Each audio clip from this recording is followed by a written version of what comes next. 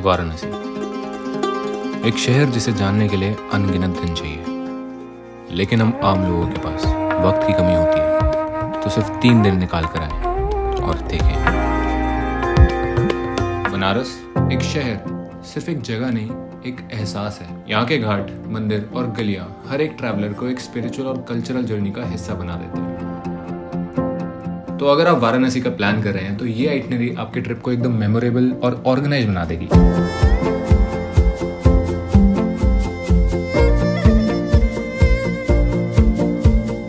तो चलिए देखते हैं कैसे आप 3 दिन में बनारस एक्सप्लोर कर सकते हैं।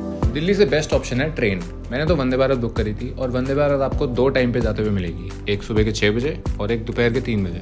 8 घंटे में आपको दिल्ली से वाराणसी पहुंचा देगी। वाराणसी पहुंचने के बाद सबसे पहले अपने होटल में चेक इन करो। बेस्ट है कि आप दशाश्वमेध घाट या अस्सी घाट के पास होटल लो, क्योंकि वहां से आपकी सारी मेन अट्रैक्शंस पास में ही रहती है। पूरे बनारस में आपको काफी सारे अफोर्डेबल ऑप्शंस मिल जाएंगे।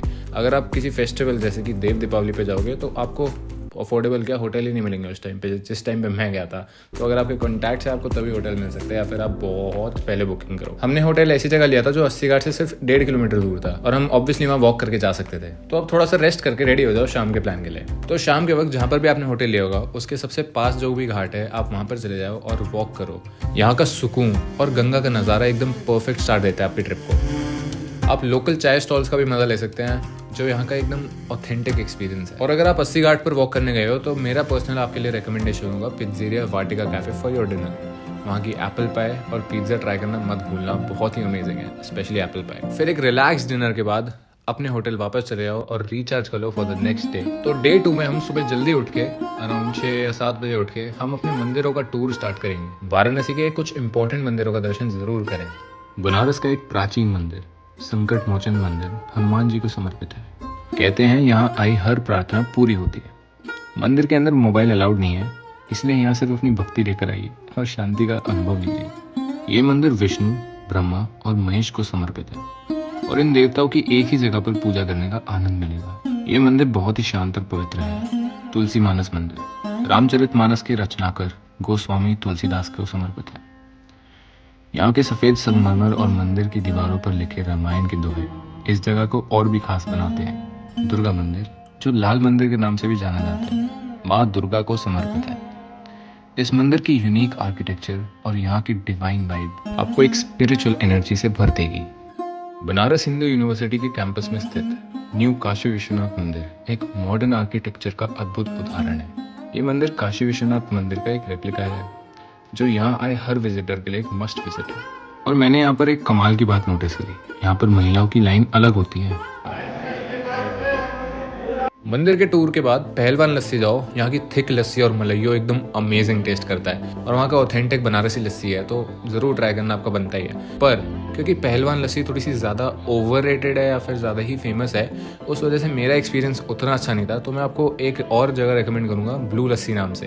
इसकी मेरे पास आज सच कोई वीडियो है नहीं, क्योंकि मैं जब गया था तो काफ़ी भीड़ थी और थके हुए थे हम, इसलिए मैंने ली नहीं। बट वहाँ की लस्सी काफ़ी स्वाद है।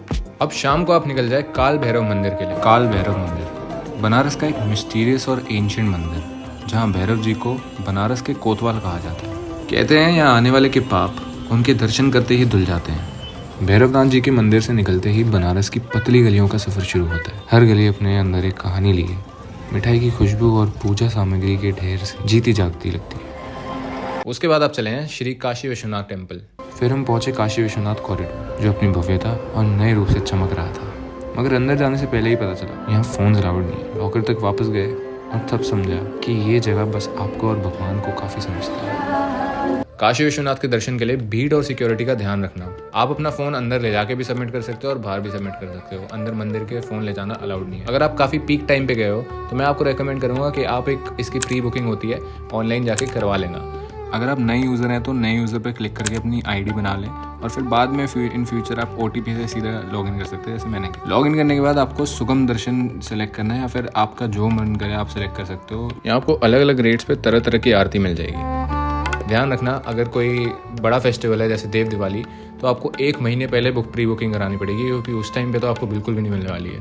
जिस टाइम हम गए थे उसी टाइम पे। और अगर आप नॉर्मल डेज पे जा रहे हो तो 2 दिन पहले आप प्री बुकिंग करवा लें। प्री बुकिंग के बिना जाओगे तो फ्री में हो जाएंगे, प्री बुकिंग के कुछ पैसे लगते हैं। प्री बुकिंग का ये फायदा होता है कि आपके दर्शन आधे से भी कम टाइम में हो जाते हैं, और अगर आपके पास टाइम है और आप फ्री में करना चाहते हैं तो आप वहाँ पर लाइन में लग सकते हैं। हमें पर्सनली आधा घंटा ही लगा था बस, तो भीड़ के ऊपर डिपेंड करता है टू बी ऑनेस्ट। शाम को काशी विश्वनाथ मंदिर से दर्शन करके आप वापस अपने घाट पे चले जाओ। वहाँ से आप एक बोट पकड़ो, शेड बोट ले लेना।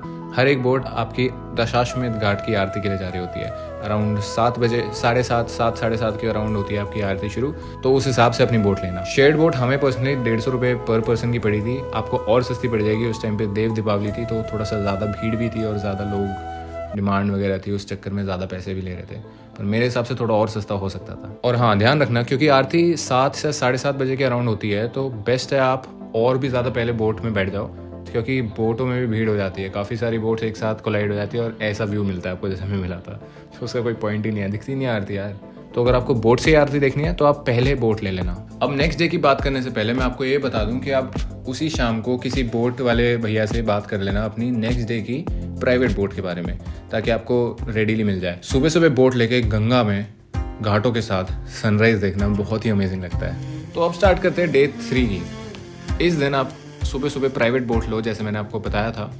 आपको प्राइवेट बोट अराउंड 1000 से उससे भी कम पड़ जाएगी, हमें ज़्यादा ही पड़ी थी। बेटर रहेगा आप वहाँ पर नेगोशिएट कर लो, आराम से आपका कम प्राइस में हो जाएगा। बेस्ट रहेगा कि आप बोट 80 घाट से लें, ताकि 80 घाट से नमो घाट तक आपको पूरा बोट राइड मिल जाए।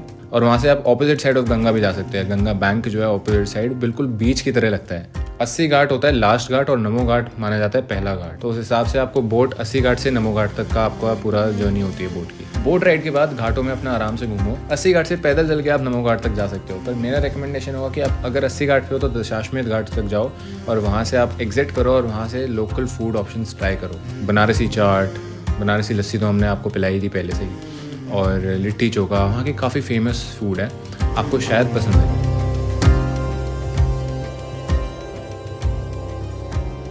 उसके बाद दोपहर में करीब 2 या 3 बजे आप निकल जाओ सारनाथ या स्वरवेद मंदिर के लिए। स्वरवेद मंदिर यही बनारस के थोड़ा बाहर है, पर ये मंदिर लिटरली बड़ा नहीं, बहुत बड़ा है।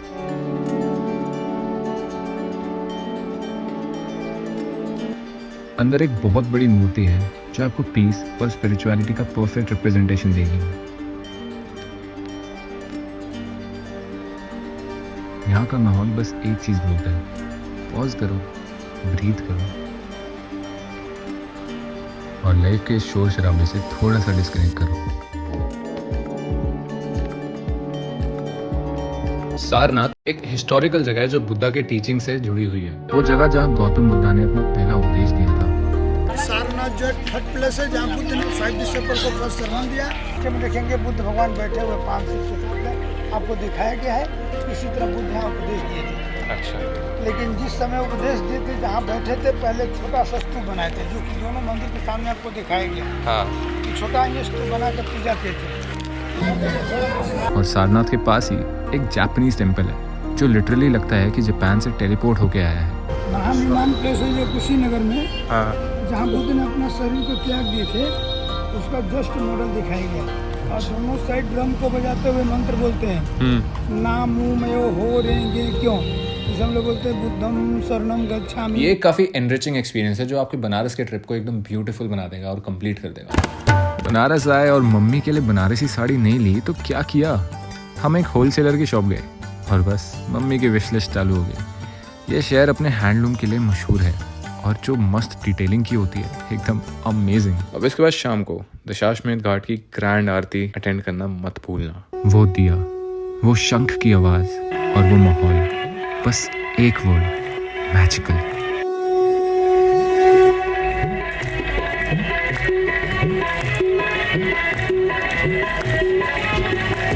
तो इसके साथ आपकी बनारस की ट्रिप पूरी तरह से कंप्लीट हो जाएगी। वापस जाने के लिए अगले दिन की आप सुबह 6 बजे की ट्रेन भी करा सकते हो और 3 बजे की भी करा सकते हो। वो आपके ऊपर है कि अगर आपको और देर तक रुकना है तो आप बिल्कुल रुक सकते हैं। तो ये काफी शॉर्ट और क्रिस्प 3 दिन की आइटनरी थी जिसमें आप ऑलमोस्ट सारा बनारस घूम चुके हो। अगर आपको ये वीडियो पसंद आई तो लाइक कर दो, कॉमेंट करके बताओ कि अगर आपको देव दीपावली पर बनारस जाके एक्सपीरियंस करना है या नहीं। मिलते हैं आपसे अगली वीडियो में।